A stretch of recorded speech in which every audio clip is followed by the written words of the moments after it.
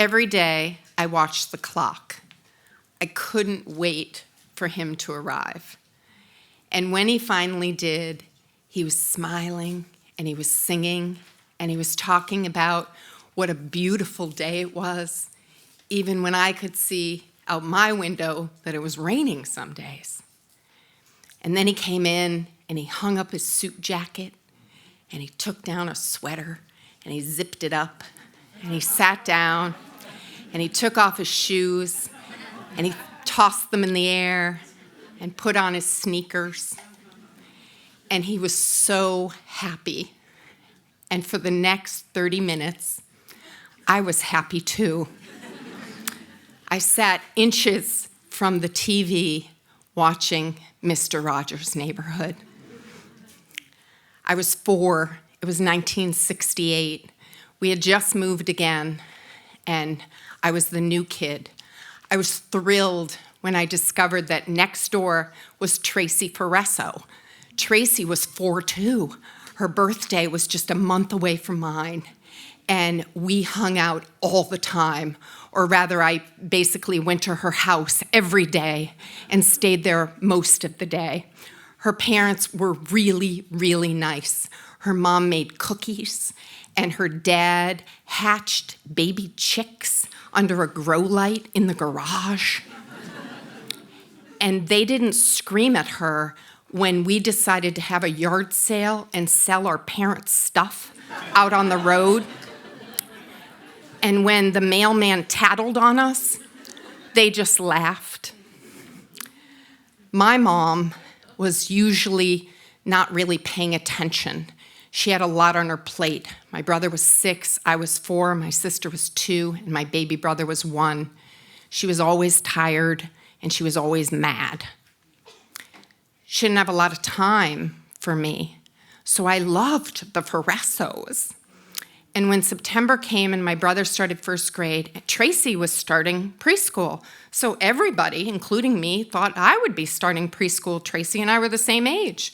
But my mother said no, that preschool was private, which costs money, and that preschool was just for children who didn't know how to read.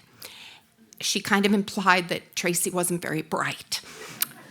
And that since I knew how to read, I wasn't going to preschool. I was devastated. I was going to be home alone all day. My mother was desperate, and even though she didn't like TV, PBS was okay, so she planted me there in front of the TV. I don't remember the first time that I met Mr. Rogers, but I loved him immediately, and I loved, most of all, the land of make-believe. I loved King Friday and Queen Sarah and Lady Elaine Fairchild and Prince Tuesday. I loved it all. And I would sit there when I would hear the trolley that it was coming to the land of make-believe, I would start to clap my hands really softly because I didn't want to wake up my dad. He worked 3rd shift, and he would sleep during the day.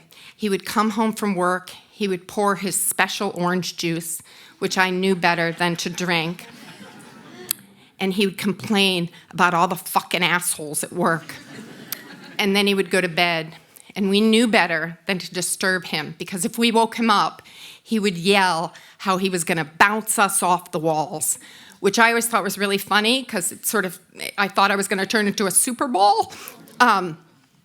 Mr. Rogers never told anybody to shut the fuck up. Instead, he told me that I was special and that he liked me just the way I was. And I believed him. Fast forward 30 years, I have my own little girl, and I'm working for a public television show, and I'm doing marketing. And when I find out that Mr. Rogers is going to be animated as an aardvark on Arthur, I am thrilled that I am even remotely related to it. It was like 6 degrees of separation, and I was only 2. Then when they told me that he was coming for a special visit and that members of the Arthur team could be in the room while they presented him with this framed animated cell of him as an aardvark, I showed up early like it was a general admission Rolling Stones concert. And I sat at the table, and he walked in, and he was older, but he still had that kind face and that smile. And I sat at the table, and I just hung on his every word. And then they told us that if we wanted him to sign something, he could stay for just a little while. He stayed for the whole long line of people. And I waited in line, and I had rehearsed what I was going to say to him. I was going to tell him how special he was and how I was this lonely little girl, and he made me believe that I was special. And I waited in line with a copy of the VHS tape that I was going to have him sign. And when I got up to him, everything left my mind.